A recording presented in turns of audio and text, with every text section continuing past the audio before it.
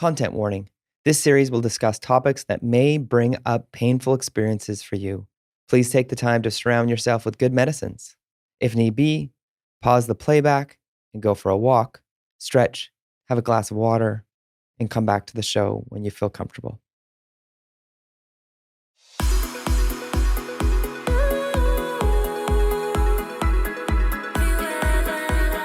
Welcome to the Métis Speaker Series, presented by TELUS. I'm your host, Darian Kovacs. On this podcast series, we will be exploring learning, healing, and rebuilding within the Métis community. Our goal is to create awareness of and generate discussion about Métis issues, as well as how to heal from and move forward in a healthy way. We hope to reduce Métis invisibility in BC through the personal stories from our Métis community members. This show is brought to you by Métis Nation BC, TELUS, and Jelly Marketing. You gave me everything, a love I have never felt.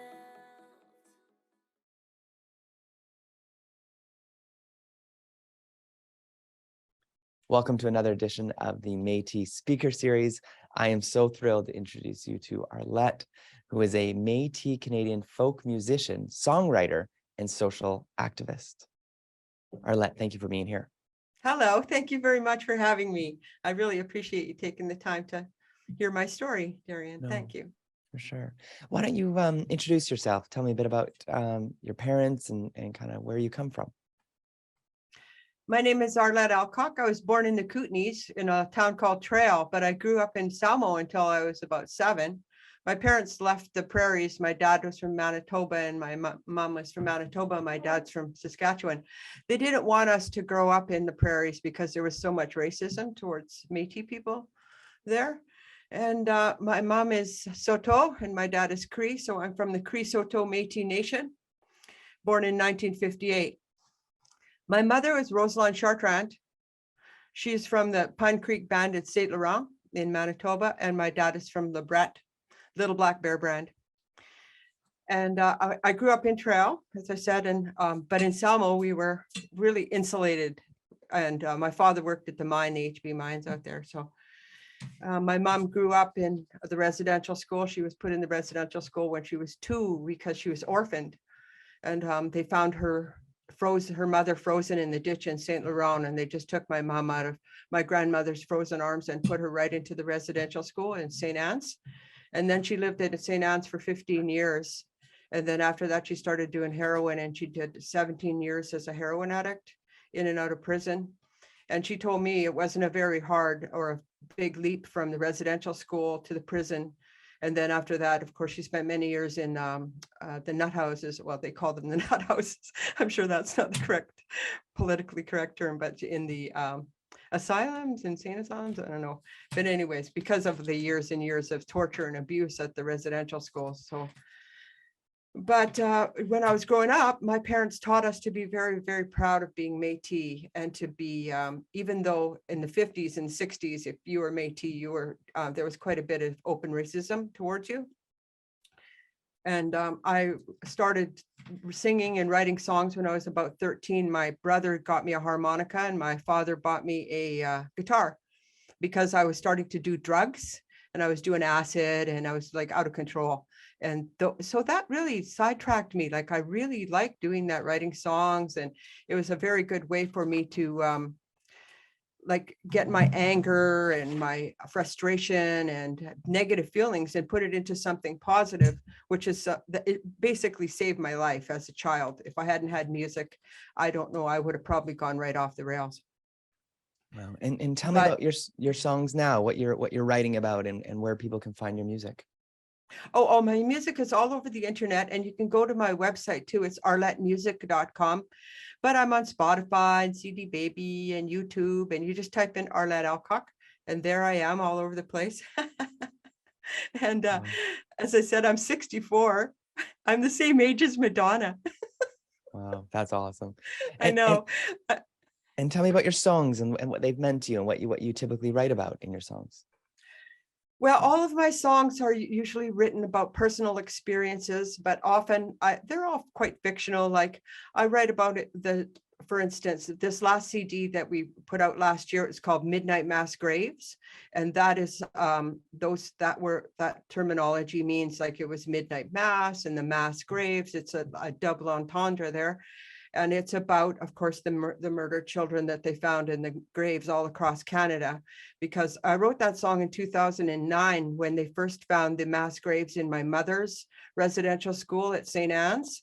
And then we recorded it last year because of what happened in Kamloops, but it doesn't seem to ever stop, you know. So that was that song that we wrote about that. But then we also wrote, you know, a happy song too about Kelowna and, you know, all the beautiful things that happen here. And but my last CD that I produced last year and put out was fairly serious, and it contained a lot of songs about, like, one girl that was a prostitute, and a song about, they were very serious topics.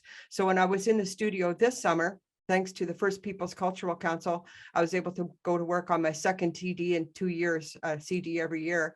And I was in the studio this year with my producer, Janet Panic, and her husband, Will Mason, and they take my songs, and they're pretty good songs, and they turn them into these really great songs.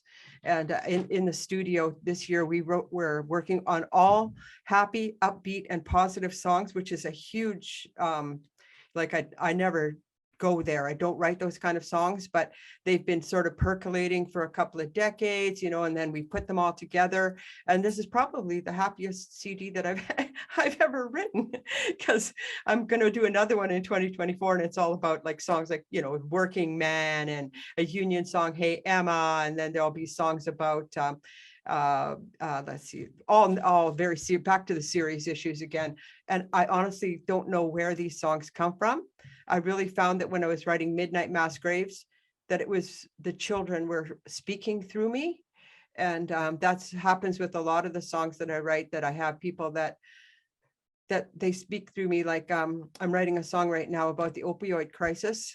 And my own beautiful son, he was 44. He would have been 45 this year. He died on January 6, 2020, from an accidental overdose of fentanyl that was in cocaine. And because I don't do hard drugs, and my mother did hard drugs for 17 years, and she told us about prison, and she told us about residential school. My brother and I never ever did hard drugs. We never stuck needles in our arms, and we tried. She was really firm about making your ancestors proud. So that was what we did. We never did hard drugs, and we tried to do good with our lives and make good with our lives. And the reason that happened with my son is that when I was 15, I got pregnant and I gave him up for adoption. So I lost him then.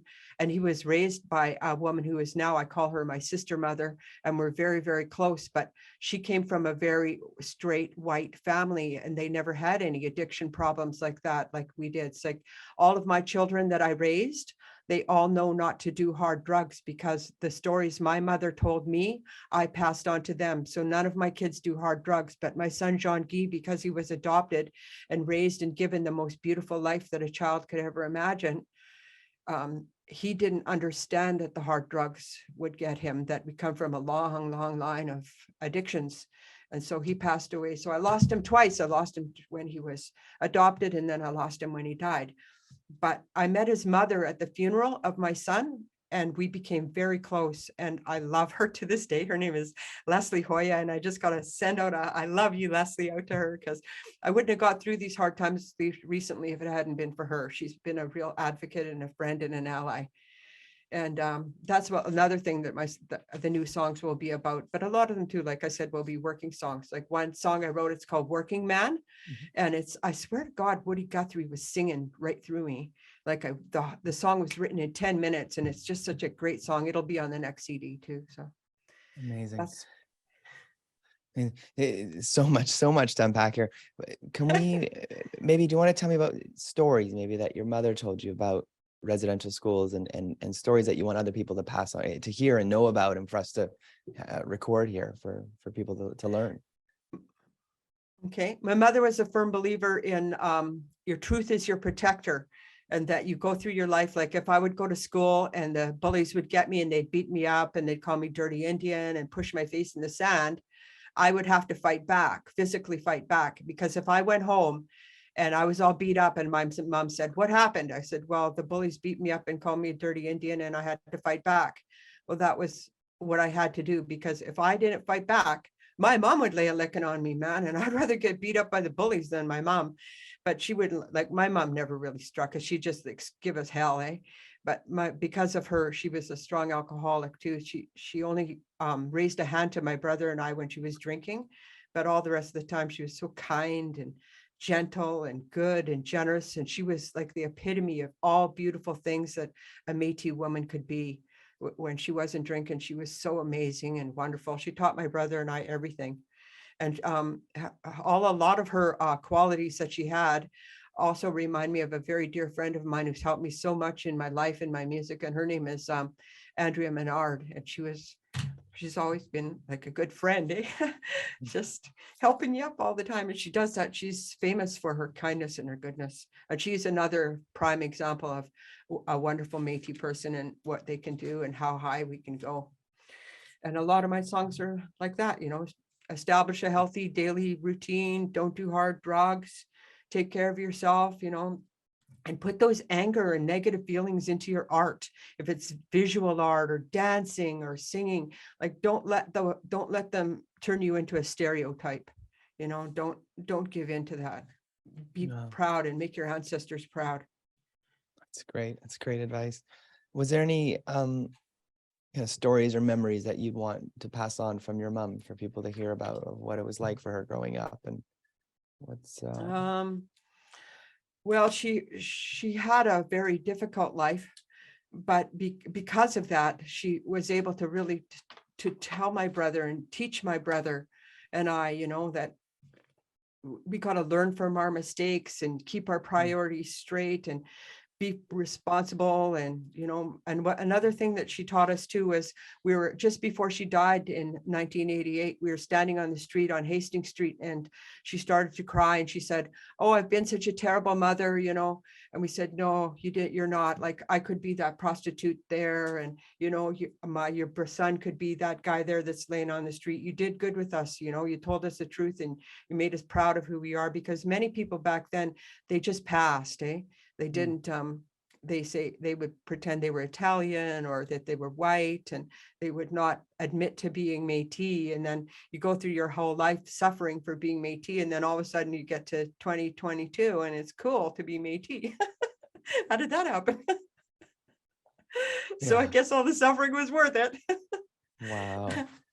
Wow. So when people are listening to this, how would you say the schools, the residential schools, has affected your life and your children's life? And what would you say has kind of been an effect of that you want people to know about today? Well, because my mother only got grade 3 education, and my father was only entitled to grade 5, and then they were immediately put to work, of course. And as a result of that, my parents strongly told my brother and I, taught us every day, get an education, get an education. Even when I came back from the unwed mother's home after giving up my child, I went back and I finished my grade 12 and graduated, because I knew it was the only way I was going to get out of trail. And so I had to finish school and, you know, do good with my life. And I went on to college, and, you know, right now, actually, I'm 64 years old and I'm going to become a virtual assistant at OK College. And my sweetheart, he's 77. He likes to say he's dating a college girl. That's awesome. That is great. That is great. So funny.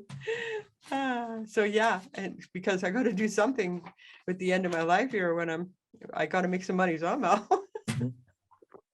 So virtual assistant seemed like the good thing to do. Yeah, I'm really enjoying going to school, back to school. And I never knew I was intelligent.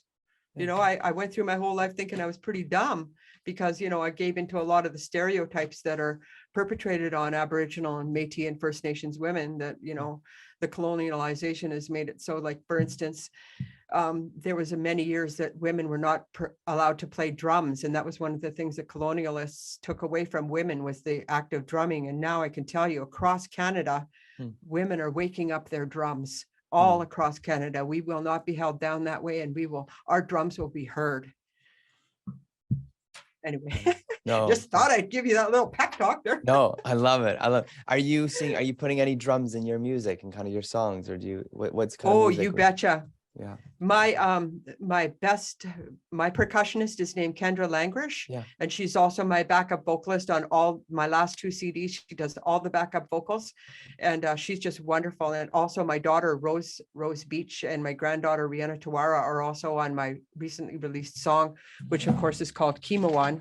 And that was just released like last week, and it looks like this.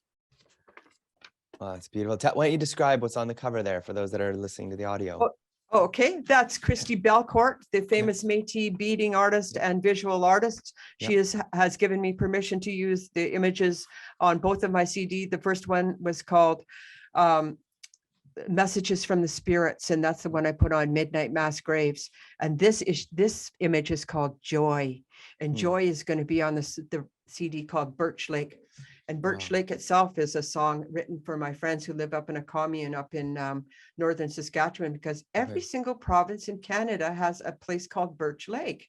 So this one was in Saskatchewan, and these are the women that helped me to get away from my bad part of my life, my black leather, negative, destructive self. Like these women, they were a lot like Andrea Menard, helpful and kind and positive and uplifting, and I wrote this song for them, and it's called Birch Lake, and it's one of my all-time favorite songs. It's going to be on the Happy CD, which will be released probably in January as a full 5-song CD. It's amazing. Why don't you tell me the lyrics from Midnight Mass Grave? Can you tell us about those lyrics and kind of what you wrote there and what you want people to hear from that song? Okay. Well, Midnight Mass Graves was it goes, Midnight Mass Graves, brutal execution, not Afghanistan or Kosovo or the Nazi solution. Oh, Canada, at thy church's door, where they remain buried for a century or more. And it was of a lot of my songs, I start them as poems and then I turn them into songs. And then it goes on to talk about my granddaughter. And then I go on to say where there is no place for their tears to fall except on that rocky ground. Others were buried without a sound. I wept when I heard who they found.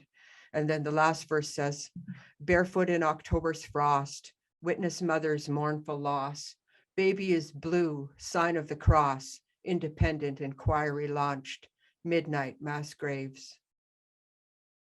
So it's not a cheerful song, and it's not, it's a very hard song to sing and a hard song to listen to it, but, write it I had to do and listen to it I had to do, because this is my job in this lifetime, is to write these songs and to make sure that they're out there and that people know what's going on with Métis people, and because they'll be here long after I'm gone. Wow, that's amazing. And what are you still seeing now? The awareness of the graves, what happened to both your parents. How are you processing it now, and what does it mean to you now, and what should people be doing going forward? Well, we just have to keep on, it's one person said to me, well, I don't want to hear about that. And I said, that's good. If you don't want to hear about it, we won't talk about it. We'll talk about something else. But, it is something that's happening, but I don't force people to listen to it. If you want to know what's going on, people are going to listen. Like that song, Midnight Mass Graves, it went to number 15 on the Aboriginal music radio stations charts last year. And that was because a lot of people listened to it and a lot of people wanted to listen to it. And I don't force what I believe and what I sing on anybody. It's just, this is what I do. And this is it used to be I guess it's still my hobby. And it's what I do. And if I don't do it, then I'm disrespecting my ancestors, and I'm not doing the job that the Great Spirit has given me to do with this life. Wow. What's another song where the lyrics mean a lot to you, and it was part of your processing of the residential schools? Well, I would have to say that it was the last song on my last CD. It's called Blue Tear Tattoo, and it's about a story about when I worked at the public library in Prince Albert, Saskatchewan. I don't know if you've ever been to that town, but it's pretty rough. And there was a guy in town there that was marking all the girls, and using them for sex trade workers, but he would mark them with a blue tear tattoo on their face. And this is the same guy that was arrested for murdering that woman, setting her on fire and killing her in a parking lot. And it was about a girl that was on the phone and she's like, cook 'em, I need help, you know. And it's probably one of the saddest songs I ever wrote, but it's hopeful too, because she's going to find help, you know, she's going to find her place, because she's not going to continue on with that life, because she's got to cook them. So that's a pretty meaningful song to me too. But all my songs, they're all like my little children, you know. Yeah. They all mean something to me. They're important, and but they have to be put out there. So that's what I work towards all the time. And we all know how financially feasible music career is. You know, they say, you know how to make $1 million in the music industry? Well, you start with 2 million. That's great. I've never heard that one. Wow. So being Métis, what does it look like in your music? Like, how do you see your Métis-ness kind of influence the songs or instruments that you use?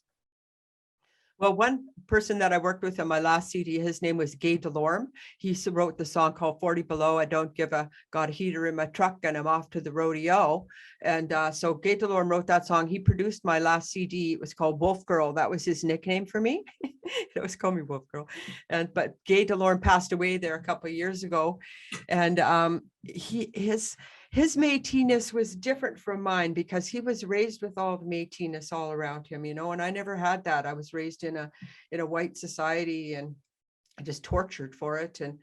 And one of the things that Gay used to always say to me was, I said, it must have been so hard to grow up with the name Gay. And he said, it was really hard growing up with that name. And he said, and I'm going to change it to Faye. And he just said like so like deadpan that I'd have to run over and take a look at his face, because he was always making jokes like that. I think I've got off topic. What was the question? My Métis-ness? Yeah, how does it come across in your music, whether it's like the instruments you use or the songs? Or I see what you mean. Oh yeah, drums and we've got like I don't know if you know Cheryl LaRondelle. She recently won the Governor General's Award for her art. She's also on my music label, My Own Music. And Cheryl LaRondelle is also the speaker and the keeper of the Cree language, and her and Joseph Natawa would help me with all of my translation, because on this CD that's coming out, there's going to be about 13 new Cree words that are introducing, especially in Kimawan, which means rain in Cree, and it's a respectful rain song, and it's an anthropomorphization of rain to turn it into a person. And so my Métis comes out that way, and I work and hire usually all Métis women. Like my backup vocalist is Métis woman, my drummer, my record producer, my record label, all Métis women, all of them, in every way that I can. The lady that's letting me work in the studio here, a beautiful Métis women, that's Greta and her counterpart Shane. They're so kind to let me use the studio, and being generous and being respectful and protecting the young. Like the one song that I wrote, it's called Wolf Girl, and it's the line, it is respect the women and protect the young. And that's the way that I was brought up. Like my father, like one time I said something mean to my mom, and he said, you don't talk to your mother like that. He said, you don't know what she's been through, you know, and that she's as beautiful as she is today, and the torture and horror that she's been through.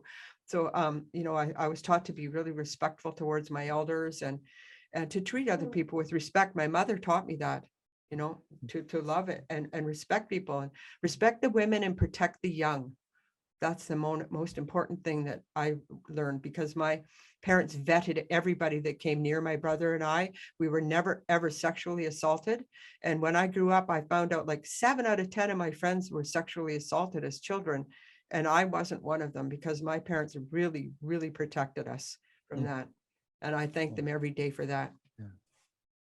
Tell me about this. When you go, you mentioned the studio go into and kind of the people you work with. Can you tell someone's Métis, or how do you find out that someone's Métis besides kind of them wearing the sash everywhere? What do you notice about Métis? Well, we have the Métis Community Association here, and it's Cheryl Dodman, she runs that. And I know most of the Métis people in town, because we have, like, you know, teas, and we're going to be having a performance here too, actually on Saturday, with the very famous Métis singer songwriter and bass player who is named Patrick Alexander. And so the Métis Association here, you can tell the Métis people because they got the Métis earrings. And sometimes, there's all kinds of little pieces of regalia that you can see that might signify that the person is a Métis. And also, like I said, Kelowna is a really small town. You get to know everybody after a while. And you know who's Métis and who isn't. That's awesome. Is there anything else that you want to leave with listeners and viewers about your music, or anything else you want them to know about kind of the residential schools? Let's see. Oh, yeah. There's some books that I wanted to say. Yeah, well, there's one book that I highly recommend, and it's called Neither Indian Princesses or Easy Squaws. Okay. And it's an incredible book. It will change your life. And another book that I really want to recommend is called Firewater. Okay. Firewater. It was written by Harold Johnson, and he's passed away last year, but it will help you, give you a whole new perspective about drinking and colonization. So like, fight against colonization. I say, quit drinking. Wow. Arlette, thank you so much for being on the show. Thank you for sharing your so stories. Much. I cannot thank you enough for having me, Darian. You're just a great host. Thanks a lot. For sure. And we'll make sure we put links to your music in the show notes, whether it's online or if you're listening on kind of your podcast listening platform. And Arlette, thank you so much for joining us on the Métis Speaker Series. And we'll see you next time on the show. So grateful. Thank you very much. Bye for now. Merci.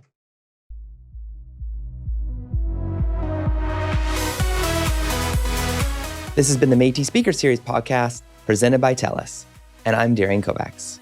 Thanks to Métis Nation BC and TELUS for making this possible, with funding provided by the Civil Forfeiture Office's Indigenous Healing Stream. You can listen to all of our episodes, learn more about the podcast, and sign up to the Métis Nation of BC newsletter to stay up to date on Métis news at métispodcastseries.ca.